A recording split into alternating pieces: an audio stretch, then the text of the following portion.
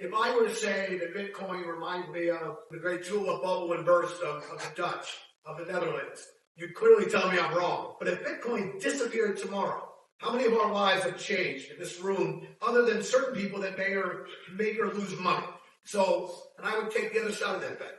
Yeah, my answer to that would be, as a science historian, I've read 100,000 pages of history. And I think the story of history is humanity's condition was improved when we got clean water, clean food, clean air, electricity, clean power, when we got petroleum, when we got cars, when we got nuclear energy, when we got antibiotics. If you look at the plight of humanity for thousands of years, people are dying at age 30. There's a 40% infant mortality rate because the food's dirty, the water's dirty, and they've got no hope. And when they were dying of dirty water and dirty food, they didn't know they were dying of dirty water and dirty food. We bled George Washington to death. Every rich person in the Middle Ages died of gout because they drank red wine, because they couldn't drink water, because it was contaminated. And so all of these companies, if you look at the mortality rate of corporation is 99%, the average life expectancy of a company is 10 to 15 years. And you can say, well, we'll just take it for granted.